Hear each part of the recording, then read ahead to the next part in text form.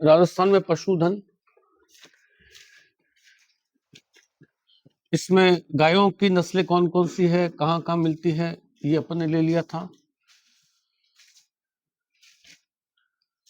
भेड़ की नस्लें कौन कौन सी है, कहाँ कहाँ मिलती है।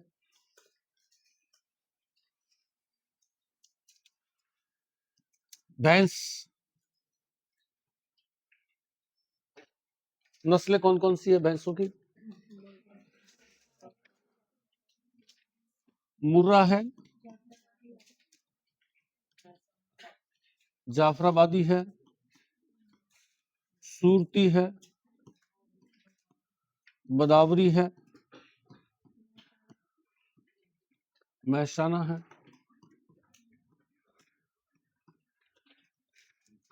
ये राजस्थान में भैंसों की मुख्य नस्लें हैं। मुर्रा, जाफराबादी, सूरती, बदावरी, महसाना।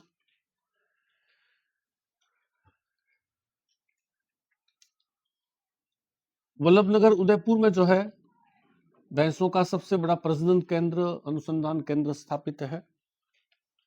मुर्रा भैंस की बात करें तो राजस्थान में सर्वाधिक संख्या में मिलने वाली भैंस कौन सी है, मुर्रा भैंस। इसका दूसरा नाम क्या है, खुंडी। उत्पत्ति कहां से है, मोंटगोमरी, मोंटगोमरी पाकिस्तान, पाकिस्तान के पंजाब, मोंटगोमरी। उत्पत्ति स्थान मोंटगोमरी पाकिस्तान। दूसरा नाम खुंडी, सर्वाधिक संख्या में मिलने वाली भैंस है, सर्वाधिक दूध देने वाली भैंस है।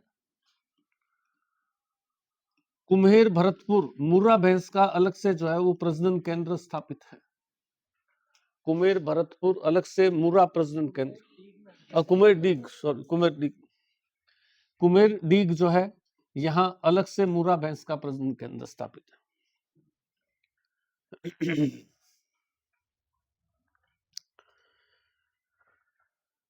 मुख्य आबादी इसकी जो है अलवर, भरतपुर, डीग यहाँ मिलती है। मुर्रा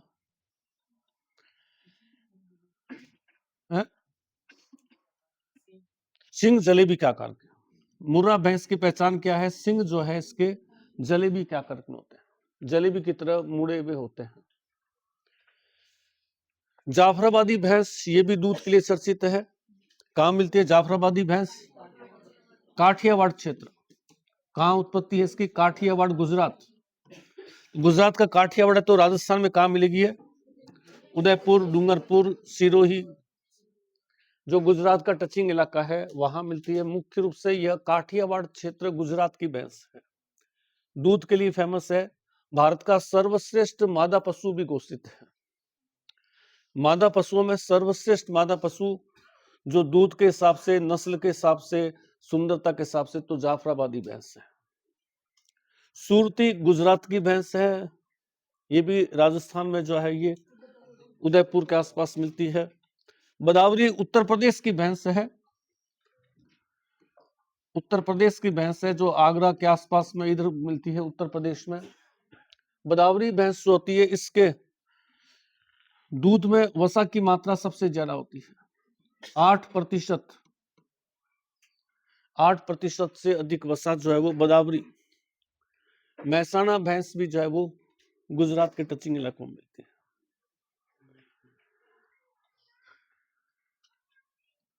ऊंट देश के लगभग 84-85% ऊंट, देश में 80-85% ऊंट। और ऊंट वो पशु है जिसकी आबादी तेजी से डाउन आ रही है, भैंस वो पशु है जिसकी आबादी तेजी से बढ़ रही है। जिस पशु की आबादी तेजी से बढ़ रही है वो भैंस है, जिस पशु की आबादी तेजी से घट रही है वो ऊंट है। क्यों घट रही है, क्यों? ऊंट के लिए डेजर्ट सही है और राजस्थान में डेजर्ट्स निरंतर खत्म हो रहे हैं, रेगिस्तानी क्षेत्रों में आईजीएनपी नहर और इसकी वजह से। तो ऊंट वो पशु है जिसकी आबादी तेजी से घट रही है। देश के 80 से 85% तक के आसपास ऊंट जो है वो राजस्थान में है। और राजस्थान सरकार ने इसको राज्य पशु 2014 के अंदर 19 सितंबर 2014 को राज्य पशु भी घोषित कर दिया। पालतू पशु श्रेणी के अंदर हमारा राज्य पशु कौन सा है, ऊंट है, कैमेलस ड्रेविडियस इसका वैज्ञानिक नाम है। और 2004 14 के अंदर ऊंट को जो है राज्य पशु का दर्जा भी मिला हुआ है। राज्य पशु इसका मतलब बहुत सारे इसको अधिकार मिल गए। ऊंट रेगिस्तान में सबसे अनुकूलित प्राणी है। रेगिस्तान में रहने के लिए सबसे ज्यादा अनुकूलन, वैसे तो रेगिस्तान के बहुत सारे प्राणी हैं, लेकिन सबसे ज्यादा अडेप्टेशन रेगिस्तान में रहने के लिए किसमें मिलते हैं? ऊंट के अंदर। एक समय के अंदर ऊंट को अगर पानी नहीं मिले तो बिना पानी पिए 1 सप्ताह तक रह सकता है। ऊंट को 1 सप्ताह तक बिना पानी पिए रख सकते हैं, और जब पानी मिलेगा तो 1 हफ्ते का पानी वो एक साथ पी लेता है। भी अपने को मान लीजिए प्यास, बाहर जाना है, प्यास नहीं लगे, 1 लोटा पानी पी लिया, 2 लोटा पानी पी लिया, इससे ज्यादा तो पी नहीं सकता। ऊंट एक साथ 1 हफ्ते का पानी पी सकता है।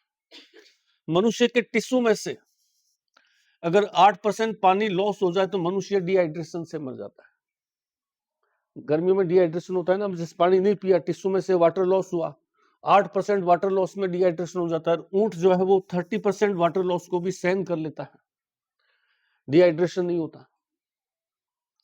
इसके पांव काफी ज्यादा लंबे हैं, पैड है, तो रेगिस्तान में एक तो धंसते नहीं है, फिर जमीन की गर्मी इसके बॉडी तक पहुंचती नहीं है। जमीन की जो गर्मी है बॉडी इसकी मुख्य ऊपर है, जमीन नीचे है, पांव लंबे हैं, नीचे पैड है, रेत में धंसेंगे नहीं, जमीन की गर्मी नहीं पहुंचेगी। ऊंट के पसीना नहीं आता, आप कभी किसी से पूछ लीजिए, पसीने की ग्रंथियां होती नहीं है, तो वाटर लॉस जो पसीने से होता है वो भी इसमें नहीं होता। आंख में आईलेस है, सामने से जो है आंधी आ रही है तो हमें आंख बंद करनी पड़ती है। ये आंधी से मिट्टी अगर आंख में गई तो आईलेस से जो है मिट्टी को हटा देता है। तो आंधी के अंदर भी ये आसानी से चल सकते हैं। रेगिस्तान में जैसे ऊंट दौरों में चल रहा है, सामने से आंधी आ गई तो इसको आंख बंद करके रुकने की आवश्यकता नहीं पड़ती, ये फिर भी जो है आंख से मतलब लेस से आंख को साफ करते हुए चलता है। रेगिस्तान में रहने के लिए सबसे अनुकूलित प्राणी है।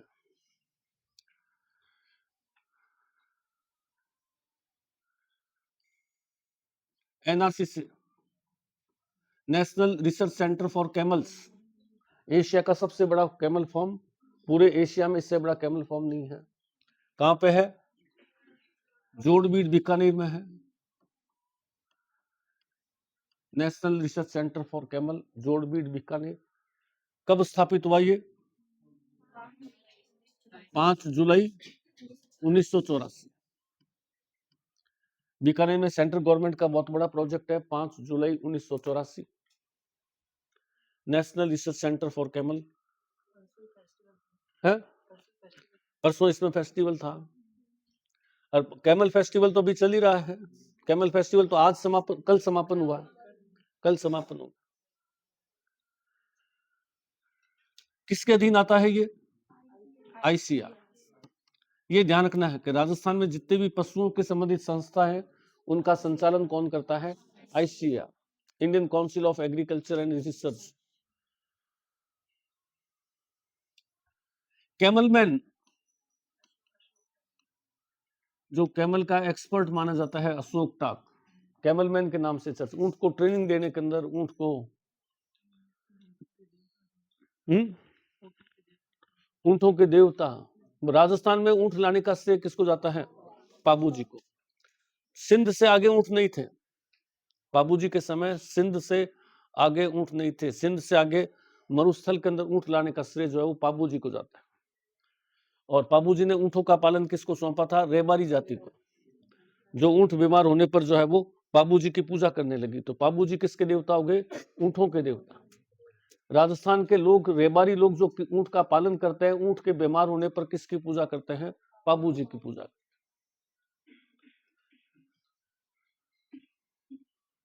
ऊंट की नस्लें अगर हम देखें, गोमठ कहां का है? फलोदी, सफारी के लिए फेमस है। नाचना, जैसलमेर बाड़मेर, फुर्तीला है, दौड़ने के लिए फेमस है। बीएसएफ का ऊंट कहलाता है। बीएसएफ के जो लोग होते हैं बॉर्डर पर जो सिक्योरिटी करते हैं वो नाचना ऊंट की सहायता से। बीकानेरी ऊंट जो संख्या में सबसे ज्यादा है, बोझा ढोने के काम में लेते हैं, ढीला ढाला बोझा ढोने के काम में लेते हैं। गुर्राह एक ऊंट की फेमस नस्ल है, जोधपुर के आसपास मिलती है गुर्राह। कच्छी, काठियावाड़ गुजरात की नस्ल है, गुर्रा है, काठियावाड़ है। ये ऊंट की अन्य फेमस नस्लें हैं। देश में सबसे ज्यादा ऊंट राजस्थान में है, 85%। कैमल मिल्क की क्या खासियत है? जैसे बकरी का मिल्क डेंगू में है, वैसे क्या डायबिटीज, इंसुलिन की मात्रा बहुत ज्यादा होती है कैमल मिल्क में, डायबिटीज के मरीजों को। तो आजकल कैमल मिल्क की आइसक्रीम, कैमल मिल्क का दही, कैमल मिल्क की लस्सी, ये सब बाजार में मिलती है। Camel camel 80%। एक व्यक्ति, एक लड़का है, बीकानेर के लड़का है, जिसने, जो कोई मल्टीनेशनल कंपनी ने जॉब करता था, लेकिन उसने देखा कि बीकानेर के अंदर कैमल्स तो खूब है, लेकिन कैमल मिल्क का सेल करने की कोई विशेष व्यवस्था नहीं है। तो उसने कंपनी छोड़ करके और साउथ में अपनी कंपनी खोली और बीकानेर से कैमल मिल्क मंगा करके और साउथ में वो डिब्बों में पैक करके और लोगों को देना। तो बहुत ज्यादा उसने रिच हो गया, क्योंकि डिमांड बहुत ज्यादा थी कैमल मिल्क की। डायबिटीज तो हर जगह है, तो कैमल मिल्क की मार्केटिंग करता है वो।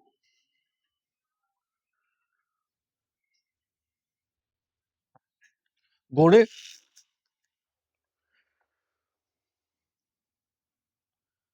घोड़ों के भी 10 प्रजनन केंद्र है, जिसमें सबसे बड़ा प्रजनन केंद्र बीकानेर में ही है। जोड़बीड़ के अंदर जहां ऊंट का है, वहां साथ साथ घोड़ों का भी है।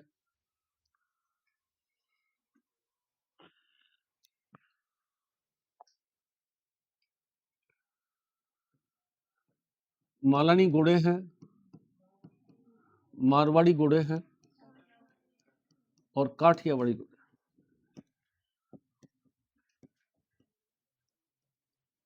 3 फेमस नस्लें हैं घोड़ों की, मालानी, मारवाड़ी और काठियावाड़ी। मालानी घोड़े जो है वो बाड़मेर के अंदर मिलते हैं, शिव तहसील जो बाड़मेर की है उसके आसपास में मिलते हैं, बालोतरा, बाड़मेर, शिव तहसील। मालानी घोड़े जो होते हैं वो फुर्तीले और तेज दौड़ने वाले होते हैं, तेज दौड़ने वाले होते हैं। घुड़दौड़, पोलो, पोलो के अंदर जो एथलीट, वो पोलो खेलने वाले खिलाड़ी है, वो तेजी से इधर उधर घोड़ों को कर सके। पोलो में, घुड़दौड़ में कौन सी नस्ल के घोड़े प्रयोग होते हैं? मालानी। देश में सबसे बढ़िया घोड़े कौन सी नस्ल के माने जाते हैं? मालानी नस्ल। सबसे बढ़िया नस्ल के हैं, घुड़दौड़ में प्रयोग होते हैं मालानी घोड़े, दौड़ने में बहुत तेज और फुर्तीले होते हैं। मारवाड़ी घोड़े, ये भी जोधपुर बाड़मेर के आसपास मिलते हैं। मारवाड़ी घोड़े जो है वफादार घोड़े माने जाते हैं,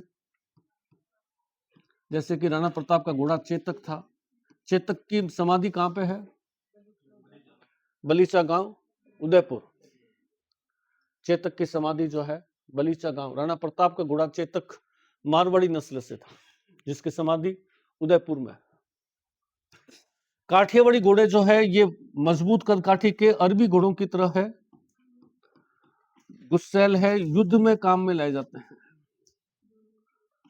युद्ध में काम में लेते हैं। युद्ध जो होते थे पुराने जमाने में घोड़ों पर, तो उसमें काठियावाड़ी घोड़े प्रयोग लाते थे, मजबूत कदकाठी के हैं। घोड़ों का तीर्थ स्थल कहां पे है?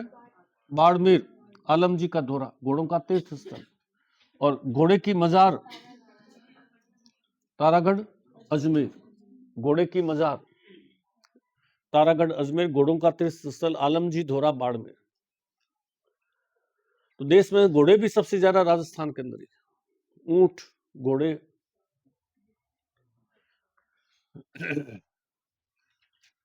बकरी, बकरी की संख्या भी सबसे ज्यादा राजस्थान में है। देश की सर्वाधिक बकरियां कहाँ मिलती है? राजस्थान में। अपने इतने सारे पशु पड़े, कौन सा पशु सबसे अधिक संख्या में है? बकरी। नंबर किस पशु की सबसे ज्यादा है? बकरी, संख्या सबसे ज्यादा। बलेखन में जो है सीकर के अंदर बकरी फार्म हाउस, बलेखन बकरी प्रजनन केंद्र स्थापित है। संख्या में सर्वाधिक संख्या में मिलने वाला पशु है बकरी।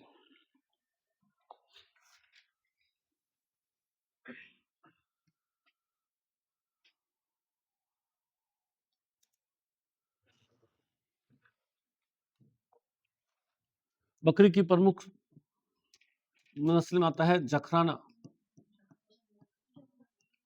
जखराना बकरी जो अलवर के आसपास मिलती है, सबसे ज्यादा दूध देने वाली बकरी है, अलवरी नस्ल भी कहलाती है।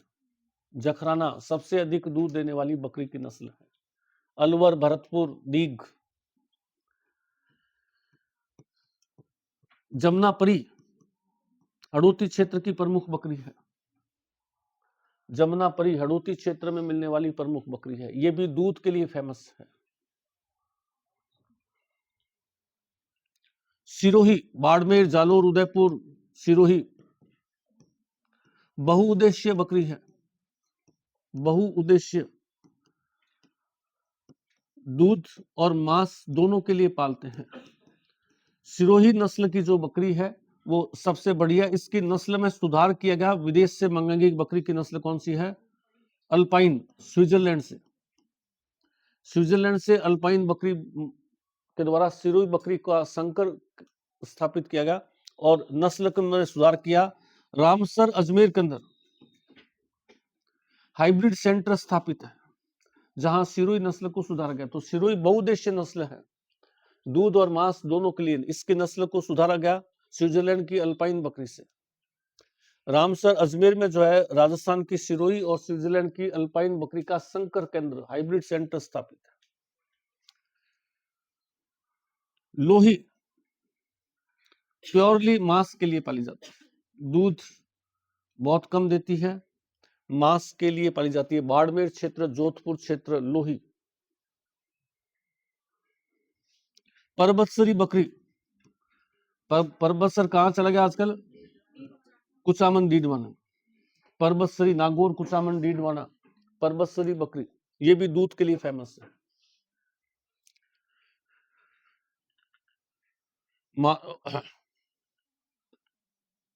बर्बरी दूध के लिए फेमस है। शेखावटी बकरी बिना सिंग की बकरी है। एक वैज्ञानिक है शरफुद्दीन, शरफुद्दीन काजरी के अंदर साइंटिस्ट है ये। इसने जो है आइबोमिक्स नाम से एक नया चारा तैयार किया है, कई सारी चीजों को मिला करके। आइबोमिक्स चारा को हम बकरी को खिलाए, गाय को खिलाए, भैंस को खिलाए तो वो जो है दूध की संख्या, दूध की मात्रा जो है वो बढ़ जाती है, ज्यादा दूध देने के लिए पशु आहार। अभी तक तो पशुपालक क्या करते हैं, ऑक्सीटोसिन का इंजेक्शन काम लेते हैं, गाय को भैंस को ऑक्सीटोसिन का इंजेक्शन लगाते हैं, तो इससे वो क्या है कि सारा दूध निचोड़ लेते हैं, लेकिन वो गाय भैंस के लिए बहुत नुकसानदायक होता है। तो उसके स्थान पर आइबोमिक्स नाम से चारा खिलाइए तो उससे गाय भैंस बकरी जो है ये ज्यादा दूध देगी।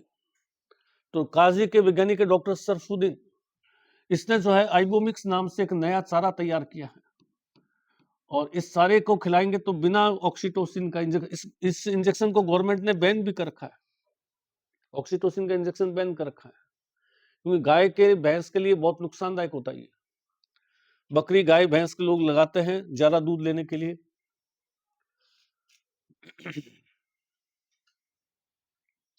मुर्गी पालन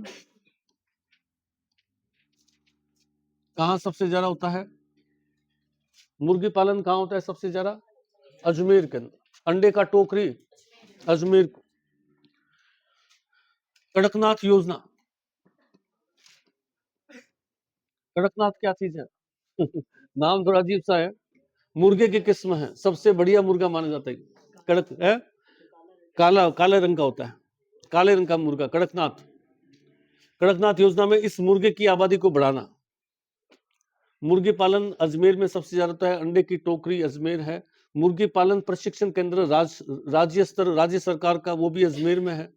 मुर्गी का नाम आती है अजमेर जो है ना सबसे।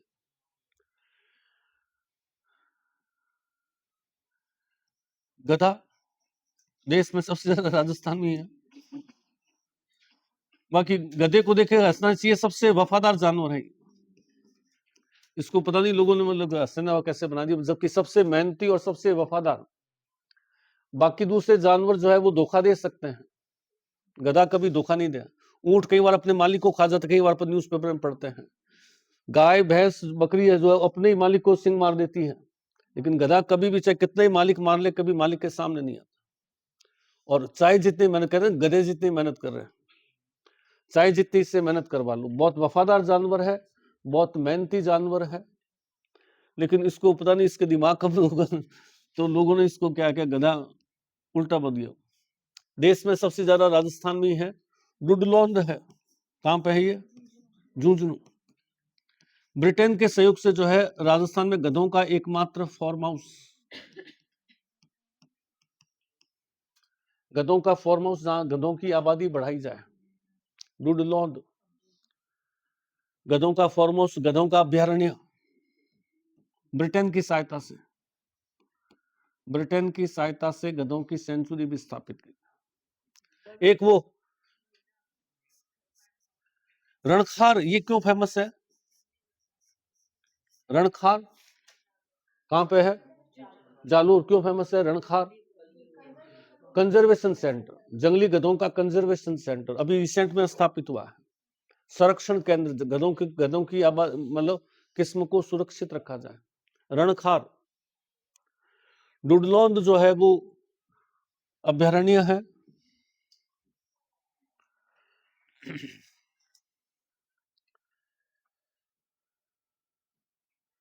लुणियावास जयपुर है, खलकानी माता मंदिर है, यहां पर जो है गधों का मेला भरता है, लुणियावास जयपुर।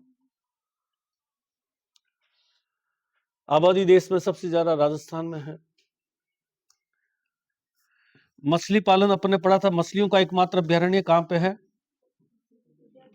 उदयपुर। कौन से झील के अंदर? बड़ी झील, बड़ी तलाई, बड़ी तलाई, बड़ी झील, उदयपुर। देश का एकमात्र फिश सेंचुरी, मछलियों का अभ्यारण्य। राजस्थान सरकार ने 2 मत्स्य फार्म हाउस स्थापित कर रखे हैं, राजस्थान सरकार द्वारा स्थापित। पहला कौन सा है? कासिमपुरा कोटा, और दूसरा भीमपुरा बांसवाड़ा। यहां जो है सरकारी मत्स्य बीज फार्म, बीज यानी मछली का अंडा जो फर्टाइल, बीज से पहले क्या बनेगा? फ्राई बनेगा, छोटे छोटे मछली के बच्चे, और फ्राई फिश किस में कन्वर्ट हो जाएगा? फिश में कन्वर्ट हो जाएगा। तो बीज फ्राई फिश, इसके पालन किया जाता है मत्स्य बीज फार्म में, मत्स्य पालन केंद्र में। फर्टाइल अंडे होते हैं, उससे फ्राई निकलती है, छोटी छोटी मछलियां निकलती है, उनको फिर पोषण दे करके और फिश में कन्वर्ट किया जाता है। 2 जगह है, कासिमपुरा कोटा में और भीमपुरा बांसवाड़ा। वैसे मछलियां राजस्थान में, क्योंकि मछलियां क्या है, मोस्टली समुद्र क्या है, राजस्थान के पास समुद्र है नहीं, तो यहाँ फिश का कोई विशेष बहुत ज्यादा नहीं। सिर्फ एक चंबल नदी के अंदर जो है जरूर, कोटा में है, बांसवाड़ा में है, माही, चंबल, इनमें जो है जरूर मछली पालन होता है।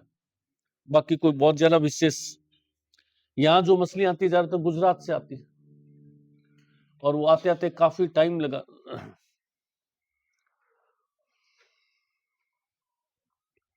तो इस तरह से हमारे ये पशु हो जाता है, पशु नस्लें हैं। फिर पशु गणना है। पशु गणना किसके द्वारा की जाती है? हर 5 वर्ष बाद में राजस्व मंडल अजमेर से पशु गणना कराई जाती है। पशु गणना में कौन सा पशु गणना का उद्देश्य यही है कि कौन सा पशु आबादी में बढ़ रहा है, ऊंट घट रहे हैं तो क्यों घट रहे हैं। इसके पीछे एक योजना भी है सरकार की, टोडिया योजना। टोडिया किसको कहा जाता है? ऊंट के बच्चे को। ऊंट की आबादी तेजी से घट रही है, तो सरकार ये चाहती है कि ऊंट पालक जो है वो अधिक से अधिक ऊंट के बच्चों का केयर करे और आबादी बढ़े। तो इसके लिए सरकार ने टोडिया ऊंट के बच्चे को कहा जाता है। पहले 10,000 रुपए थे, अब कितना कर दिया इसके अंदर? 20,000 रुपए। ऊंट पालक के, ऊंट यानी टोडिया होता है, बच्चा होता है ऊंट, तो उस कंडीशन में उसको 20,000 रुपए पुरस्कार राशि, ताकि वो ऊंट पालक जो है अधिक से अधिक बच्चे प्रोत्साहित करें। टोडिया योजना में 20,000 रुपए ऊंट पालक को दिए जाते हैं। आबादी तेजी से घट रही है, इसमें एक तो सर्रा रोग है, दूसरा ऊंट का एनवायरमेंट है।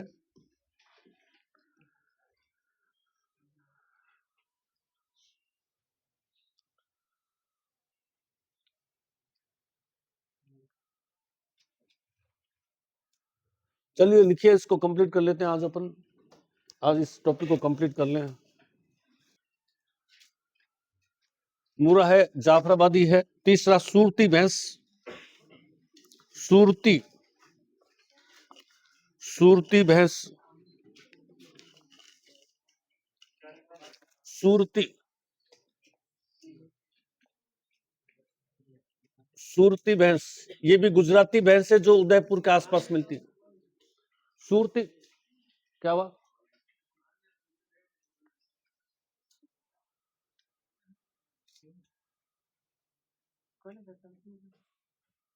सूरती भैंस, सूरती भैंस है, ये गुजराती भैंस है जो राजस्थान में उदयपुर के आसपास मिलती है। सूरती भैंस गुजरात की भैंस है, राजस्थान में उदयपुर के आसपास मिलती है।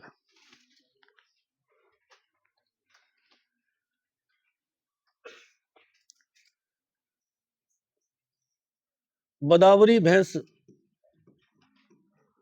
बदावरी भैंस, बदावरी भैंस मूलतः उत्तर प्रदेश की भैंस, बदावरी भैंस मूलतः उत्तर प्रदेश की है।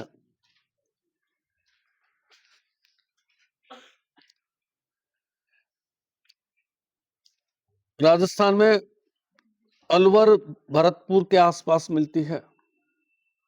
अलवर भरतपुर डीग, राजस्थान में अलवर भरतपुर डीग के आसपास मिलती है।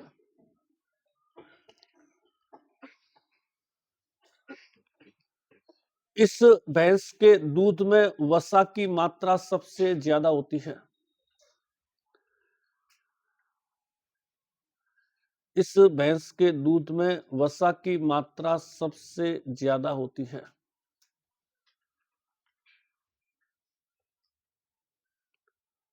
वसा की मात्रा सबसे ज्यादा होती है, ब्रैकेट में 8%, 8% वसा होती है।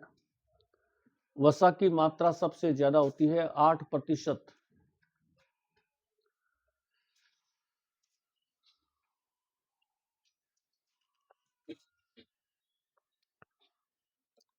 बांकलिया, ब्रेकअप चेंज करके, बांकलिया ब्रैकेट में कुचामन डीडवाना भैंसों का दूसरा प्रजनन केंद्र स्थापित हुआ है। बांकलिया कुचामन डीडवाना, बांकलिया कुचामन डीडवाना भैंसों का दूसरा प्रजनन केंद्र स्थापित हुआ है। कुचामन डीडवाना दूसरा केंद्र, बांकलिया कुचामन डीडवाना दूसरा केंद्र स्थापित हुआ है, दूसरा केंद्र स्थापित हुआ है।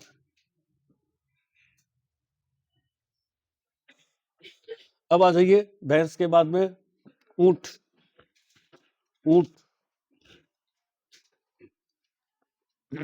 ऊंट,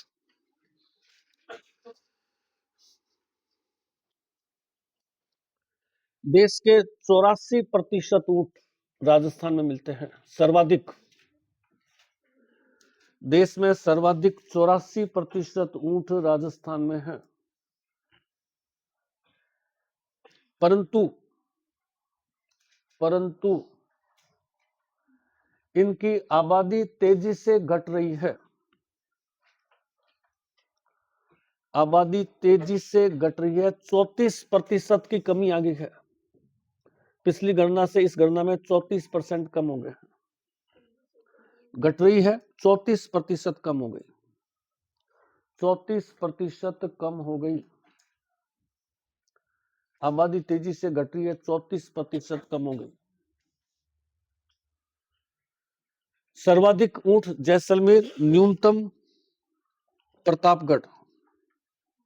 सर्वाधिक जैसलमेर, न्यूनतम प्रतापगढ़।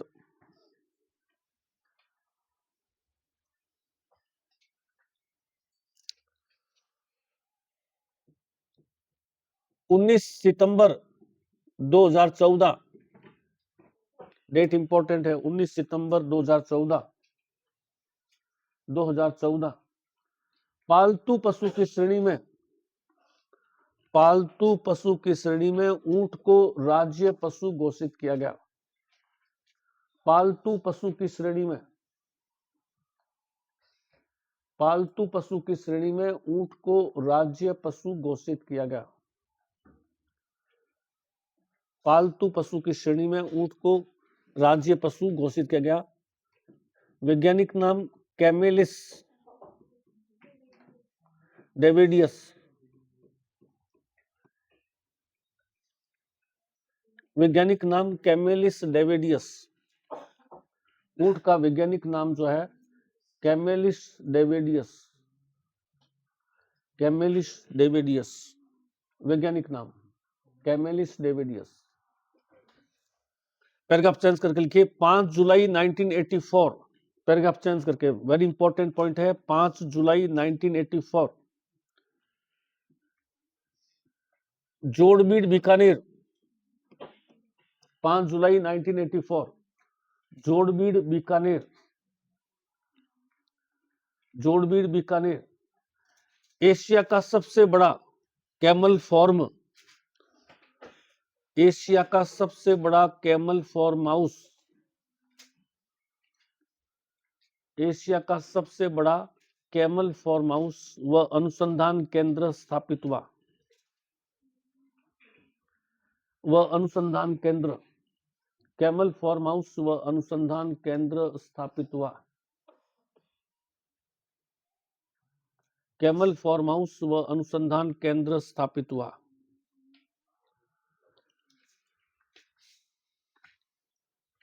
जो आईसीएआर द्वारा संचालित है, जो आईसीएआर द्वारा संचालित है, आईसीएआर द्वारा संचालित है।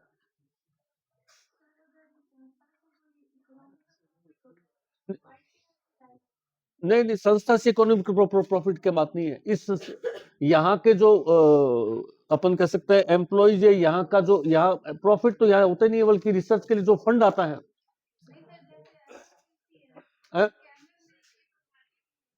एनआरसीसी है। कैमल मिल्क की मार्केटिंग होती है, वो तो बहुत माइनर पैसा आता है। एनआरसीसी के अंदर कैमल पर रिसर्च होती है, कैमल के देखभाल, यहाँ बहुत बड़ा फार्म हाउस है, कैमल की देखभाल के लिए बहुत सारा पैसा चाहिए, तो फंडिंग कौन करता है? उसके अलावा लैब होती है मैन, जो रिसर्च करते हैं, तो लैब जो है वो आईसीआर की लैब काम आती है। मतलब ये इसका सारा संचालन, यहाँ जो वैज्ञानिक आते हैं वो आईसीआर के थ्रू भर्ती होकर के आते हैं। अब जैसे डूंगर कॉलेज है, मान लो गंगा सिंह यूनिवर्सिटी के अधीन है, तो डूंगर कॉलेज के अंदर जो रिसर्च है उस वो अगर गंगा सिंह के अधीन है तो क्या होगा, गंगा सिंह के थ्रू फंड आएगा उसको। तो इसी तरह से इसको फंड कहां से आता है? आईसीआर से आता है। यहाँ के जो एम्प्लॉइज होते हैं वो आईसीआर रिक्रूट करता है, अनुसंधान के लिए करोड़ों रुपया चाहिए, वो आईसीआर डोनेट करता है। और प्रॉफिट तो कोई होता है, मतलब यहाँ तो वैसे इतनी सारी संख्या, प्रॉफिट तो अलग चीज है, प्रॉफिट नहीं होता है, पैसा चाहिए रिसर्च है। स्टेट गवर्नमेंट का कुछ नहीं है, केंद्र सरकार की योजना है। अपने बीकानेर में दो ही तो केंद्र सरकार की संस्थाएं, एक तो ये है और एक अपने पढ़ा पहले से बीचवाल के अंदर केंद्रीय शुष्क बागवानी अनुसंधान संस्था, ये पढ़ा है ना पहले, वो भी केंद्रीय वो शुष्क बागवानी अनुसंधान संस्था है, वो भी सेंट्रल गवर्नमेंट की है और ये भी सेंट्रल गवर्नमेंट की है। तो आईसीआर जो है इस संस्था का संचालन करता है, ये ऑटोनोमस संस्था नहीं है, आईसीआर के अधीन संस्था है। तो यहाँ जो फंडिंग आता है, यहाँ जो रिक्रूट होता है, वो सब आईसीआर करता है, आईसीआर की ही एक ब्रांच कह सकते हैं। आगे लिखिए, ऊंट की नस्लें, ऊंट की नस्लें गोमट फलोदी, गोमट फलोदी, गोमट फलोदी के अंदर है, सफारी के लिए चर्चित है, सफारी के लिए चर्चित है यह नस्ल, सफारी के लिए चर्चित है, गोमट फलोदी सफारी के लिए चर्चित है। दूसरी, नाचना जैसलमेर बाड़मेर, नाचना फुर्तीला ऊंट बीएसएफ वाले प्रयोग करते हैं, नाचना फुर्तीला ऊंट है, बीएसएफ के लोग प्रयोग करते हैं, BSF border security force, BSF द्वारा प्रयोग लाया जाता है। फुर्तीला ऊंट है, फुर्तीला ऊंट है, सीमा पर सुरक्षा के लिए काम में लेते हैं। भाई रेगिस्तान दौरों के अंदर कारें तो चलेगी नहीं, ना जीपें चलेगी, उस समय तो क्या है, अपने जो बॉर्डर है वहां पर ऊंचे ऊंचे टीले हैं, तो वहां ऊंट से जो है पेट्रोलिंग करते हैं, वो ऊंट का इस्तेमाल करते हैं पेट्रोलिंग के अंदर। बीकानेरी ऊंट, सर्वाधिक संख्या में मिलता है भारवाहक ऊंट है। बीकानेरी ऊंट सर्वाधिक संख्या में मिलता है भारवाहक ऊंट है।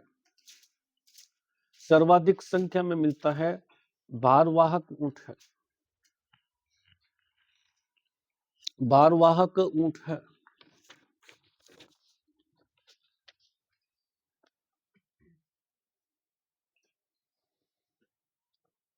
गुर्राह ब्रैकेट में बाड़मेर, गुर्राह बाड़मेर, काठियावाड़ी जालोर, गुर्राह बाड़मेर काठियावाड़ी जालोर ऊंट की अन्य चर्चित नस्लें हैं। ऊंट की अन्य नस्लें हैं। जालोर ऊंट की अन्य नस्लें हैं। पैराग्राफ चेंज करके लिखिए।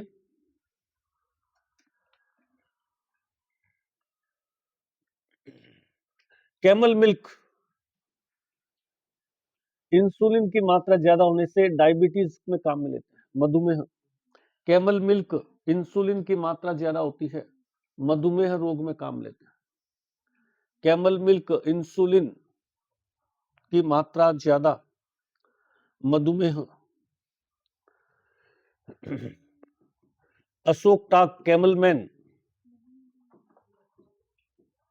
अशोक टाक मधुमेह रोग में काम लेते हैं।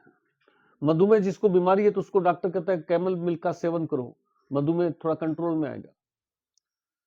जैसे अपन ने पता ना बकरी प्लेटलेट्स जो है वो उसके लिए उसमें डेंगू में काम में लेते हैं, वैसे कैमल मिल्क जो है वो मधुमेह, डायबिटीज जिनको है बीमारी है, वंशानुगत मधुमेह शुगर की बीमारी है, तो शुगर को कम करने के लिए एक तो गेहूं छोड़ते ही अपने पढ़ाई है, जौ का इस्तेमाल करते हैं, जौ में कार्बोहाइड्रेट्स बहुत कम है, गेहूं में बहुत ज्यादा है। मोटे अनाज का इस्तेमाल करते हैं, बाजरा है, जौ है, रागी है, मक्का है।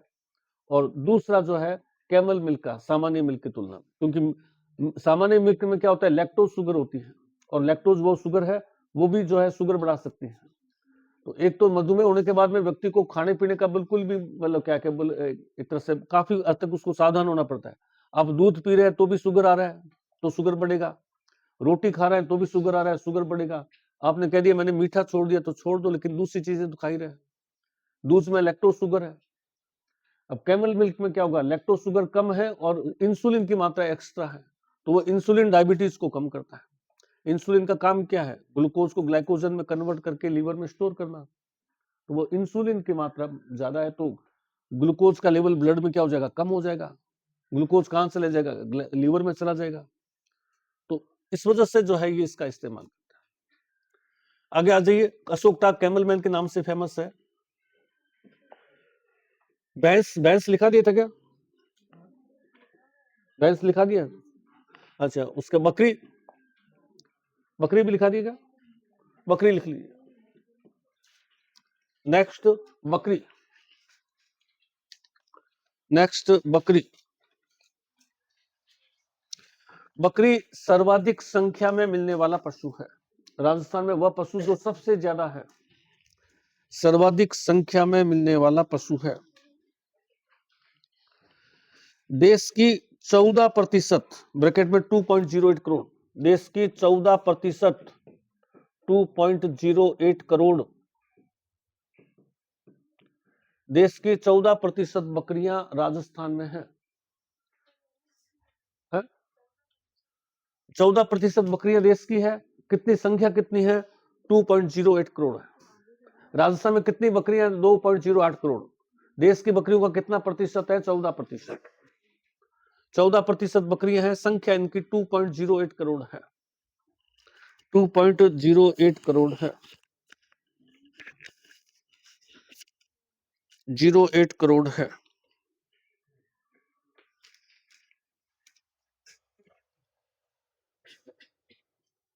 वरुण गांव कुचामन, अने नस्ल नहीं है, यहाँ की बकरियां सर्वश्रेष्ठ मानी जाती है। वरुण गांव कुचामन की बकरियां सबसे बढ़िया मानी जाती है। वरुण गांव कुचामन सबसे बढ़िया बकरियां हैं। बलेखन, पहले सीकर था, अब जयपुर चलेगा, बलेखन जयपुर बकरी फार्म हाउस स्थापित है। बलेखन जयपुर बकरी फार्म हाउस स्थापित है।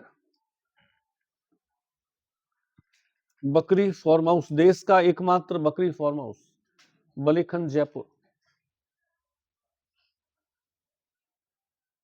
बकरी फार्म हाउस स्थापित है।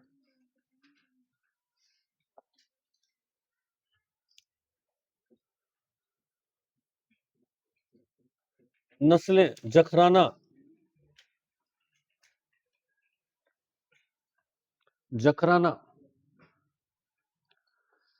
सर्वाधिक दूध देने वाली बकरी, सर्वाधिक दूध देने वाली बकरी, सर्वाधिक दूध देने वाली बकरी।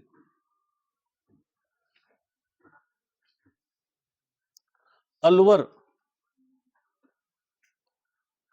भरतपुर के आसपास मिलती है, इसे अलवरी नस्ल भी कहते हैं। अलवर भरतपुर के आसपास मिलती है, अलवरी नस्ल भी कहते हैं, अलवरी नस्ल भी कहते हैं जखराना को, सबसे ज्यादा दूध देने वाली बकरी।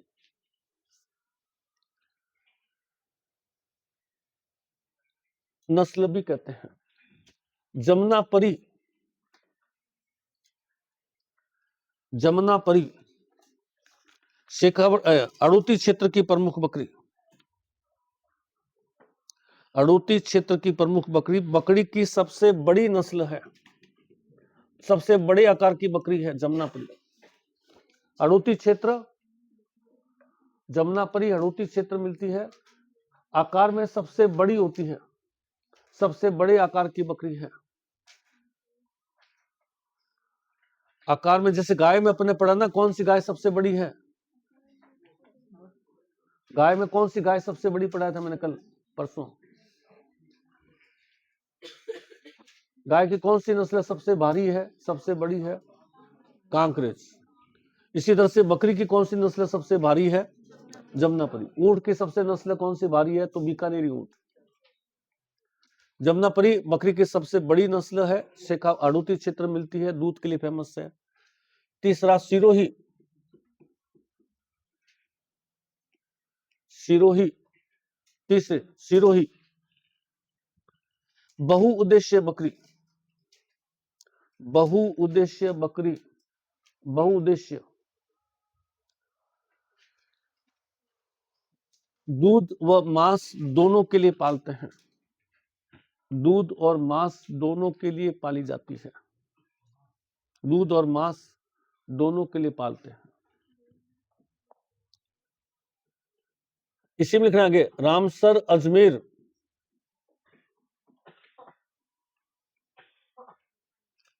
रामसर अजमेर स्विट्जरलैंड की अल्पाइन बकरी, अल्पाइन, स्विट्जरलैंड की अल्पाइन बकरी, स्विट्जरलैंड की अल्पाइन बकरी और राजस्थान की सिरोही बकरी का संकर या हाइब्रिड सेंटर स्थापित है, राजस्थान की सिरोही बकरी का संकर केंद्र स्थापित है। राजस्थान की सिरोही, राजस्थान की सिरोही बकरी का संकर केंद्र, राजस्थान की सिरोही बकरी का संकर केंद्र स्थापित है, हाइब्रिड सेंटर, संकर केंद्र स्थापित है। लोही जोधपुर, लोही जोधपुर, बाड़मेर जोधपुर केवल मांस के लिए पाली जाती है, केवल मांस के लिए पाली जाती है, केवल मांस के लिए पाली जाती है।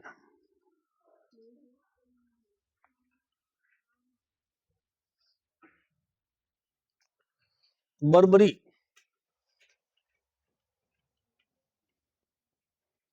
बर्बरी पूर्वी राजस्थान अलवर भरतपुर में मिलती है, बर्बरी पूर्वी राजस्थान की बकरी है, पूर्वी राजस्थान सबसे सुंदर नस्ल है, बकरी की सबसे सुंदर, दूध देने के लिए अलग है, सुंदरता देखा जाए तो बर्बरी के अंदर है, सबसे सुंदर नस्ल है।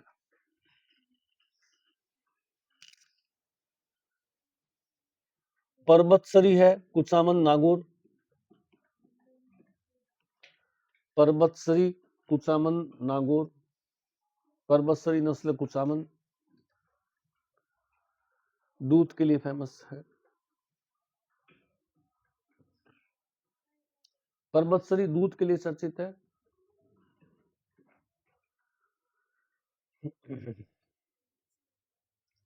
शेखावाटी बिना सिंह की बकरी है। शेखावाटी काजरी द्वारा विकसित, काजरी संस्था अपने पढ़ा है पहले, काजरी संस्था द्वारा विकसित बिना सिंह की बकरी,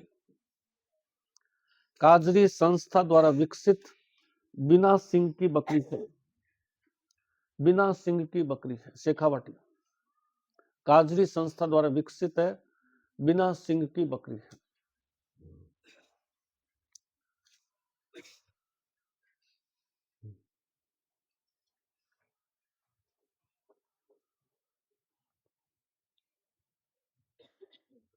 एक लाइन लिख लीजिए, बकरी के दूध में प्लेटलेट, बकरी के दूध में प्लेटलेट्स, बिम्बाणु जिसको कहते हैं, प्लेटलेट, बकरी के दूध से प्लेटलेट की संख्या बढ़ती है। रक्त में जो प्लेटलेट्स होते हैं, रक्त में प्लेटलेट की संख्या बढ़ती है, बकरी के दूध से रक्त में प्लेटलेट की संख्या बढ़ती है। डेंगू के उपचार में काम लेते हैं, डेंगू, डेंगू के उपचार में काम लेते हैं।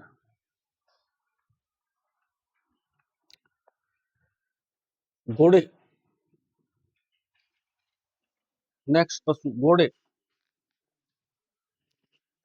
डेंगू के उपचार में काम में लेते हैं। घोड़े, सर्वाधिक जालोर, न्यूनतम डूंगरपुर, घोड़े सर्वाधिक जालोर, सर्वाधिक जालोर, न्यूनतम डूंगरपुर,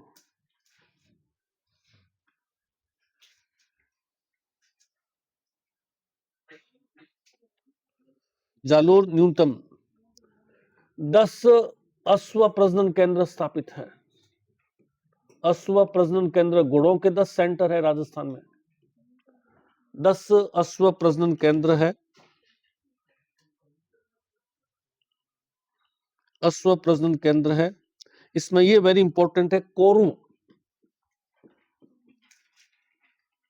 कोरू जोधपुर, यहां घोड़ों की नस्ल सुधारने के कार्यक्रम चलते हैं। कोरू जोधपुर,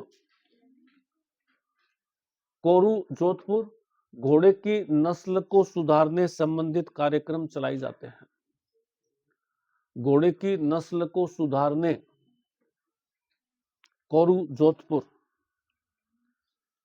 घोड़े की नस्ल को सुधारने के कार्यक्रम चलाए जाते हैं। कोरू सबसे इंपॉर्टेंट है, इसमें बिलाड़ा में भी है, जोड़वी में भी है, लेकिन फेमस जो है वो कोरू का। घोड़े पर रिसर्च, नस्ल सुधार कार्यक्रम,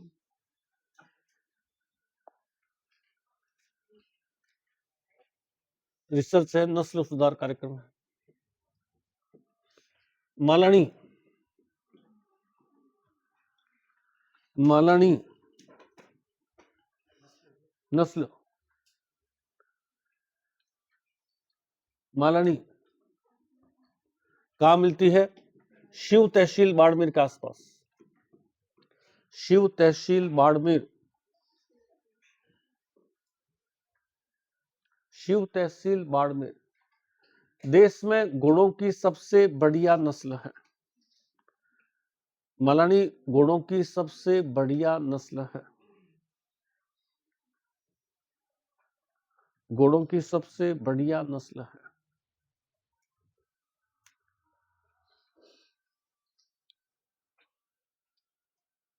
पोलो खेल में घुड़दौड़ में प्रयोग ली जाती है, पोलो खेल घुड़दौड़,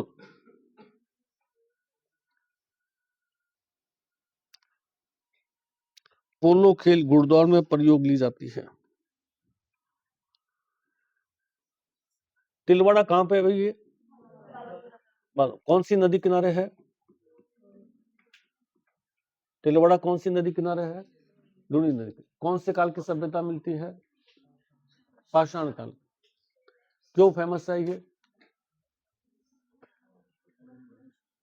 तिलवाड़ा में मल्लीनाथ पशु मेला बढ़ता है। पूरे देश में घोड़ों का सबसे बड़ा मेला है। राजस्थान का सबसे पुराना मेला कौन सा है? तो मल्लीनाथ पशु मेला, जो कि 13वीं 14वीं शताब्दी से शुरू हो गया था। पूरे देश में सबसे ज्यादा घोड़ों का क्रय विक्रय कहाँ होता है? तो इस तिलवाड़ा पशु मेले में, मल्लीनाथ पशु मेला। यहाँ मालानी सभ्यता मिलती है, ये तिलवाड़ा सभ्यता मिलती है, जो पाषाण काल की सभ्यता है, राजस्थान की सबसे प्राचीन सभ्यता है। बहुत फेमस जगह है, लूनी नदी किनारे है तिलवाड़ा, ये भी मैंने लिखा रखा है। तो लिखिए तिलवाड़ा बालोतरा, तिलवाड़ा बालोतरा आगे लिखिए इसमें। यहां मल्लीनाथ पशु मेला, मल्लीनाथ मल्लीनाथ पशु मेला, यहां मल्लीनाथ पशु मेला देश में घोड़ों का सबसे बड़ा पशु मेला है। यहां मल्लीनाथ पशु मेला देश में घोड़ों का सबसे बड़ा पशु मेला है। पूरे देश में घोड़ों का सबसे बड़ा, सबसे पुराना,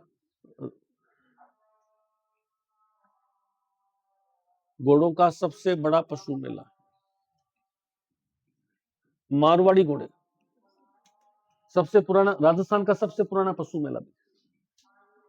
राजस्थान में सबसे पुराना पहला पशु मेला कौन सा है? तो तिलवाड़ा, राजस्थान का पहला, जो घोड़ों के लिए फेमस है। मारवाड़ी नेक्स्ट नस्ल मारवाड़ी, जोधपुर बाड़मेर,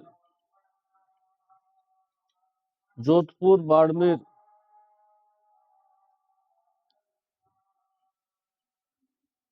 घोड़े वफादार होते हैं। प्रताप का घोड़ा चेतक इसी नस्ल से था। घोड़े वफादार होते हैं, मारवाड़ी वफादार होते हैं। प्रताप का घोड़ा चेतक इसी नस्ल से था। प्रताप का घोड़ा चेतक इसी नस्ल से था। प्रताप का घोड़ा चेतक इसी नस्ल से था।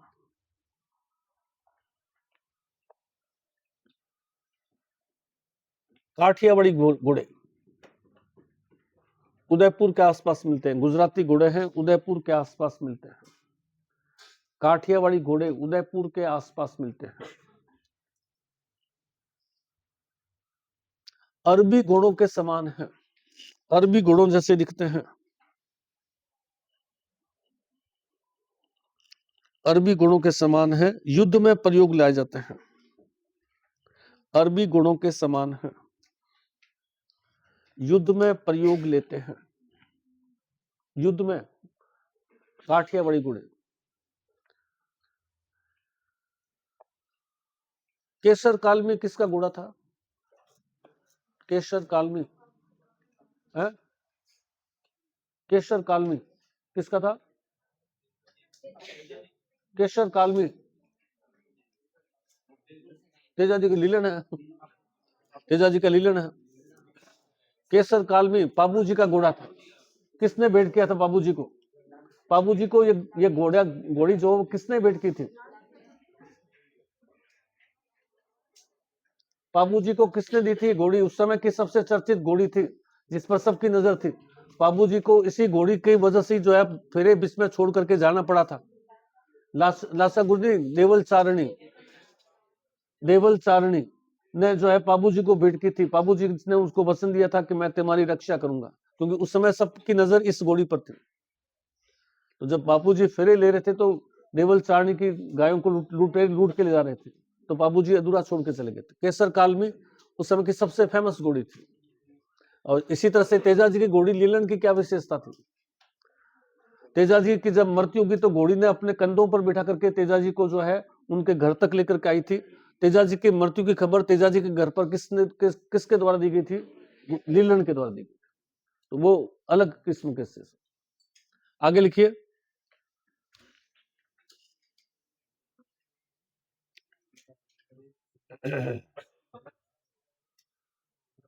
घोड़ों के बाद में नेक्स्ट मछली पालन। मछली पालन सर्वाधिक उदयपुर और बूंदी। सर्वाधिक उदयपुर और बूंदी। मछली पालन कहां होता है? उदयपुर और बूंदी। बड़ी तलाई या बड़ी झील उदयपुर देश का एकमात्र मत्स्य फॉर्म। बड़ी झील उदयपुर देश का एकमात्र मत्स्य फॉर्म। बड़ी झील उदयपुर देश का एकमात्र मत्स्य फार्म हाउस। मत्स्य फार्म हाउस।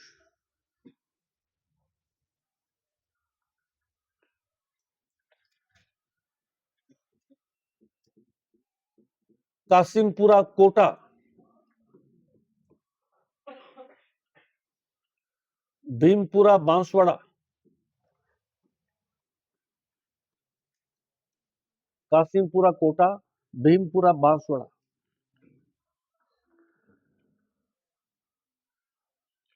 मत्स्य प्रजनन केंद्र स्थापित है।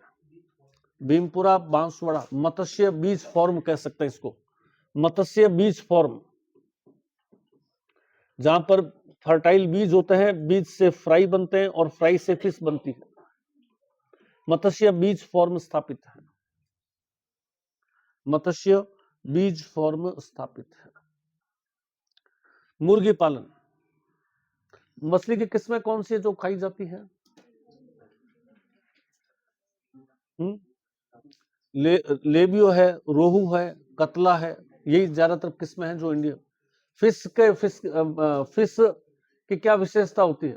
ओमेगा 3 फैटी एसिड जो कि एंटीऑक्सीडेंट होता है, एजिंग प्रोसेस को स्लो करता है। परसों एक अखबार में लेख पढ़ा था मैंने, एलोन मस्क, आपने नाम सुना होगा, एआई का जनरेटर, जिसने बहुत सारी नई नई क्रांति किए हैं, अरबों खरबों रुपए उसने कमाए नई नई रिसर्च से। उसने कहा है कि हमने मनुष्य की एजिंग प्रोसेस को जो है उस पर रिसर्च कर रहे हैं, उसके नजदीक नजदीक पहुंच गए। अब हम मानव को अमर तो नहीं बना सकते, लेकिन अभी हमारी एवरेज एज कितना साल है? 100 साल की मानी जाती है। उसको हम बढ़ा करके 150 पौने 200 साल तक ला सकते हैं। हम बूढ़े क्यों हो रहे हैं? क्योंकि रोज नई नई चीजें खा रहे हैं, नई नई चीजें सेल में इकट्ठा हो रही है। से सेल की क्या समय के साथ साथ में एज आ रही है, सेल मुरझा रही है। तो एंटीऑक्सीडेंट जैसे फिश खाते हैं, तो फिश खाने से क्या होता है? चेहरे पर ग्लो रहती है, क्योंकि एंटीऑक्सीडेंट है। तो सेल एजिंग प्रोसेस को क्या कर रहा है? वो स्लो कर रही है। एजिंग प्रोसेस स्लो कर देती है फिश, तो व्यक्ति के चेहरे पर ग्लो रहती है, ज्यादा एज तक वो बूढ़ा नहीं दिखाई देता। अब एजिंग प्रोसेस को और ज्यादा स्लो कर दे, जो एंटीऑक्सीडेंट काम कर रहा है ओमेगा 3 फैटी एसिड, वो काम अगर हम बाहर से करवा दे तो एजिंग प्रोसेस और ज्यादा स्लो हो जाएगी। और ज्यादा स्लो हो जाएगी तो वर्तमान में हम 100 साल जी रहे हैं, तो 150 साल पौने 200 साल तक। ये परसों के स्टेटमेंट में है, मैंने इसका लेख पढ़ा था। एलोन मस्क का रिसर्च चल रहा है कि हम एजिंग प्रोसेस स्लो कर सकते हैं, जैसे omega 3 fatty acid ageing process slow करता है ना। गेहूं का जैसे चेहरा मुरझा जाता है तो डॉक्टर क्या कहता है? ओमेगा 3 फैटी एसिड लीजिए, एंटीऑक्सीडेंट है, वो आपके एजिंग प्रोसेस को स्लो करेगा चेहरे में। तो वो विथ केमिकल्स के द्वारा भी हम कर सकते हैं। ये रिसर्च बहुत नजदीक नजदीक पहुंच गई, तो आने वाले समय में हो सकता है, आज नहीं तो 10 साल 20 साल 30 साल बाद में मैन की एवरेज लाइफ जो है वो 100 के स्थान पर 150 साल, क्योंकि ज्यादा एज बढ़ जाए तो भी खराब है। कई बार क्या होता है कि एज किसी की ज्यादा हो जाए ना, तो वो भी नुकसानदायक हो जाती है, क्योंकि बाद में वो देखता है कि मैं तो ये स्टेज पर था और मेरे पोते पड़पोते वो यहाँ आ रहे हैं, मैदान गली के अंदर आ रहे हैं, और मैं तो इतना कारों में घूमने वाला था। तो उसका वो बॉडी के अंदर, तो वो उस समय वो काम ना करने लग जाते, जल्दी जल्दी यहाँ से रवाना हो जाए। ये भी एक है, ज्यादा लंबा जीवित भी जो है ना, वो फिर बाद में क्या है कि वो देखता है कि पीछे बहुत ज्यादा डाउन चल रहा है। कहीं होता है ना, बहुत दादा परदादा तो बहुत बड़े बड़े सेठ थे और उनके जो वंशज है वो बहुत कमजोर हो गए, तो उनके अगर एज लंबी होगी तो वो क्या होगा? तो ये रिसर्च अभी मैंने कल पढ़ी थी कि आगे लिखिए नेक्स्ट, मुर्गी पालन। मुर्गी पालन अजमेर। अजमेर अजमेर को अंडों की टोकरी कहा जाता है। अजमेर को अंडों की टोकरी कहा जाता है।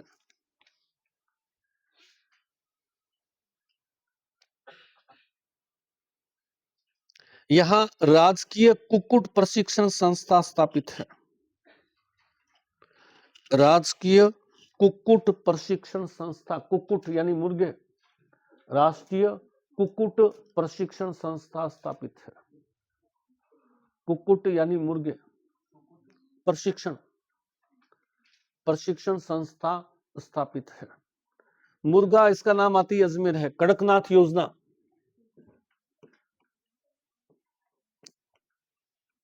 मुर्गे की आबादी को बढ़ाने के लिए। कड़कनाथ, आगे लिखिए, कड़कनाथ मुर्गे की एक नस्ल है। काला मुर्गा होता है ये, मुर्गे की नस्ल है कड़कनाथ। कड़कनाथ मुर्गे की नस्ल है, मुर्गे की नस्ल है। इसकी आबादी को बढ़ाने के प्रयास किए जा रहे हैं। मुर्गे की नस्ल है, इसकी आबादी को बढ़ाने के प्रयास किए जा रहे हैं।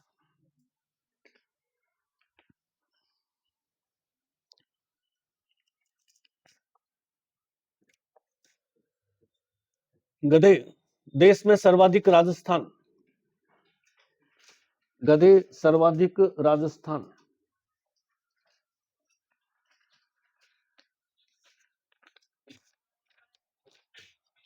गुडलोद,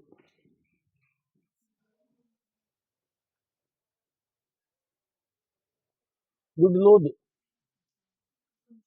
झुंझुनू, गुडलोद झुंझुनू। ब्रिटेन की सहायता से, गुडलोद झुंझुनू, ब्रिटेन की सहायता से यहां देश का एकमात्र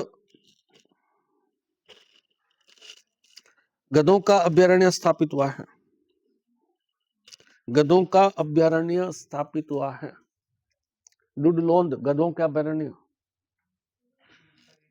गधों का अभ्यारण्य।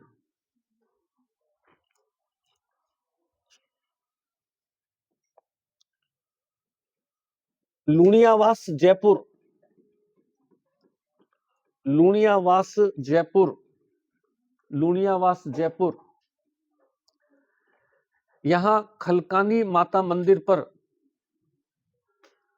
खलकानी, लुणियावास जयपुर, यहां खलकानी माता मंदिर पर, खलकानी माता मंदिर पर गधों का मेला बढ़ता है। खलकानी माता मंदिर पर गधों का मेला बढ़ता है।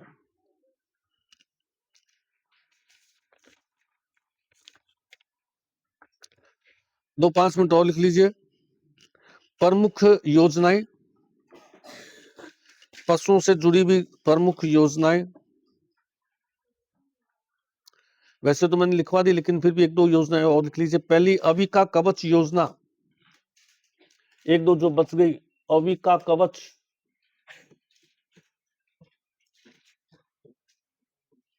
अविका कवच योजना, अविका कवच योजना। भेड़ पालकों का निःशुल्क बीमा, भेड़ पालकों का निःशुल्क बीमा। अविका कवच योजना, भेड़ पालकों का, भेड़ों का निःशुल्क बीमा, भेड़ पालक नहीं, भेड़ों का, भेड़ों का सरकार निःशुल्क बीमा करती है। भेड़ों का निःशुल्क बीमा, प्रीमियम जो होता है ना, राशि जो जमा देनी पड़ती है, किस्त, वो जरूरत नहीं है, सरकार अपने आप जो है भरती है। निःशुल्क बीमा होता है। अविका कवच योजना। जनश्री बीमा योजना, ये भी बहुत फेमस है। जनश्री बीमा योजना, जनश्री बीमा योजना। पशुपालक का बीमा किया जाता है, इसमें पशुपालक का बीमा किया जाता है। पशुपालक का बीमा, उसमें तो भेड़ का बीमा, इसमें पशुपालक का बीमा होता है। सामान्य मृत्यु पर 50,000 रुपए, सामान्य मृत्यु 50,000 रुपए। दुर्घटना मृत्यु 75,000 रुपए, दुर्घटना मृत्यु 75,000 रुपए राशि, 75,000 रुपए राशि सरकार द्वारा दी जाती है, सरकार द्वारा दी जाती है। 2 लाइनें और लिख लीजिए। एक वर्ड आता है, ये भी 2-3 बार पूछा हुआ है एग्जाम में, जूनोसिस है, पशुओं की बीमारी का मनुष्य में फैलना। जो पशुओं में बीमारियां हैं वो मनुष्य में फैल जाए। जैसे भेड़ के अंदर रोग है एंथ्रेक्स, बैक्टीरिया से होता है। बैक्टीरिया का रोग वायु से फैल सकता है। अब जो भेड़ पालक है, जो भेड़ों के बीच में रहता है, भेड़ों को चरा रहा है, तो बैक्टीरिया उसको भी संक्रमित कर देते हैं। तो भेड़ का रोग एंथ्रेक्स है, जो किसमें हो गया? मनुष्य में हो गया। जूनोसिस जानवरों की बीमारियों का मनुष्य में फैलने या पशुओं की बीमारियों का मनुष्य में फैलना जूनोसिस कहलाता है। जैसे अभी आपने नहीं देखा, ये कोरोना आया था, किससे आया था? चमगादड़ से आया था। मूल रूप से चमगादड़ की बीमारी थी जो मनुष्य में फैल गई थी, कोरोना कोविड-19 जो था। इसी तरह से ये अपन देखते हैं स्वाइन फ्लू होता है, सुअर से फैलता है। बर्ड फ्लू, मुर्गियां आती है, मुर्गियों को हो जाता है, लोग खा लेते हैं संक्रमित मुर्गी, तो उसमें मनुष्य में भी हो जाता है।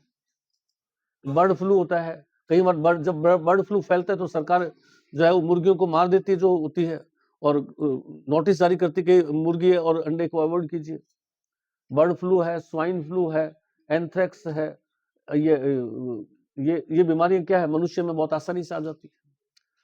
जूनोसिस कहते हैं, जानवरों की बीमारी मनुष्य में फैलना। पहला लिखिए एंथ्रेक्स, भेड़ों का रोग जो मनुष्य में फैलता है। जैसे एंथ्रेक्स, भेड़ों का रोग मनुष्य में फैलता है। एंथ्रेक्स, भेड़ का रोग मनुष्य में फैलता है।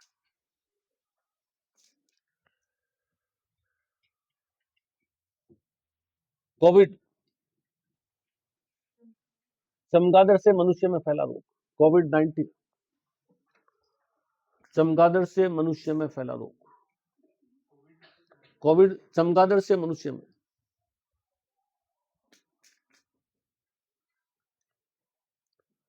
स्वाइन फ्लू, स्वाइन फ्लू फैल जाता है, सुअर से मनुष्य में फैलता है।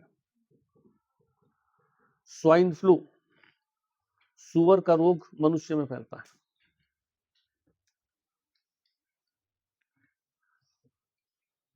स्वाइन फ्लू का वायरस कौन सा है? H1N1, हिनी वायरस कहते हैं, H1N1 virus, H1N1 swine flu का वायरस H1N1। बर्ड फ्लू मुर्गियों से मनुष्य में फैलता है, H5N1 बर्ड फ्लू मुर्गियों से मनुष्य में फैलता है, H5N1।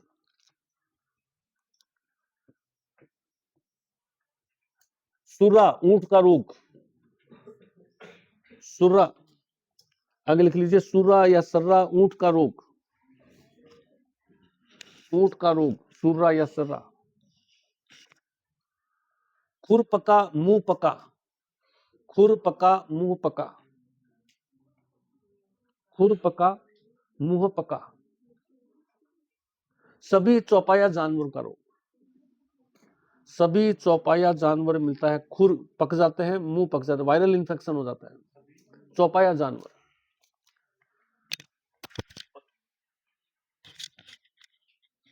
सभी चौपाया जानवर।